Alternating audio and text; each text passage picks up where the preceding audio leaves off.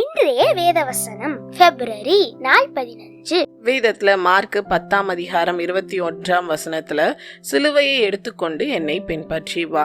இப்ப இருக்கிற கிறிஸ்டியானிட்டி லைஃப்ல வந்துட்டு எல்லாரும் போதிக்கிற விஷயங்கள் என்னவா இருக்குன்னு பாத்தீங்கன்னா, நீங்க ஆண்டவர் அறிந்து கொண்டீங்கன்னா ஆண்டவர் உங்களுடைய வாழ்க்கையில அநேக ஆசீர்வாதங்களை தருவாங்க, ஆண்டவர் பெரிய பெரிய அற்புதங்களை உங்களோட வாழ்க்கையில செய்வாங்க அப்படின்னு மட்டும் போதிக்கிறாங்க.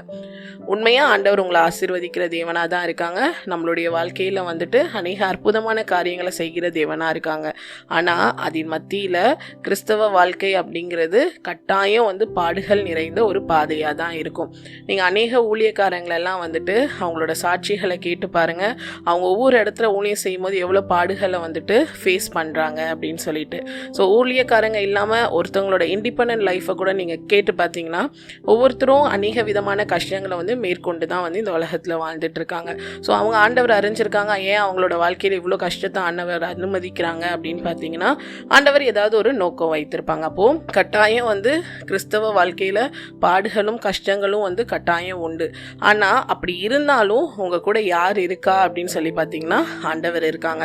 ஸோ எவ்வளோ பெரிய பிரச்சனைகள் வந்தாலும் ஆண்டவர் நம்மளோட இருக்கும்போது அதை நம்மளால ஈஸியா ஹேண்டில் பண்ண முடியும். ஏன்னா நம்மளோட வாழ்க்கையில வருகிற எல்லா யுத்தங்களையும் யார் செய்யறாங்கன்னு பார்த்தீங்கன்னா ஆண்டவர் தான் செய்யறாங்க. அதனால பாடுகள் வருமா அப்படின்னு சொல்லி நீங்க பயப்பட வேண்டாம். பாடுகள் வந்தாலும் இந்த உலகத்திலேயே வல்லமையுள்ள பெரிய தேவன் உங்களோட இருக்காங்க. அதனால கிறிஸ்தவ வாழ்க்கையில கட்டாயம் கஷ்டங்கள் பாடுகள் எல்லாமே இருக்கும்.